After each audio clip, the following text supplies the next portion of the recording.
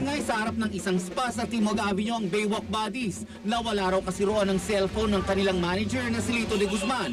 Pati naman talaga kami apektado nung nawalan siya ng cellphone. 1 month kaming walang trabaho. Humihingi siya ng worth 700,000. Sabi ko sa kanya, hindi ko alam kung paano nagka-amak sa 700,000.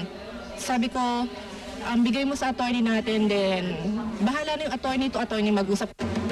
May ilang tungo ng gimmick lang ito ng grupo.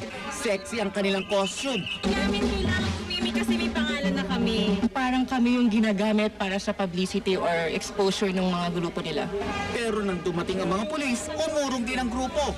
Wala raw kasi silang permit to rally. Katarungan lang po yung hinihingi namin. Kung dumating sila dito na sinisipa nila yung mga kotse ng customer, may nagpunta ng tauhan namin para file yung case nila. So nag-file na kami ng coercion. Wala pang formal na kasong na-file sa korte mula sa magkabilang kampo.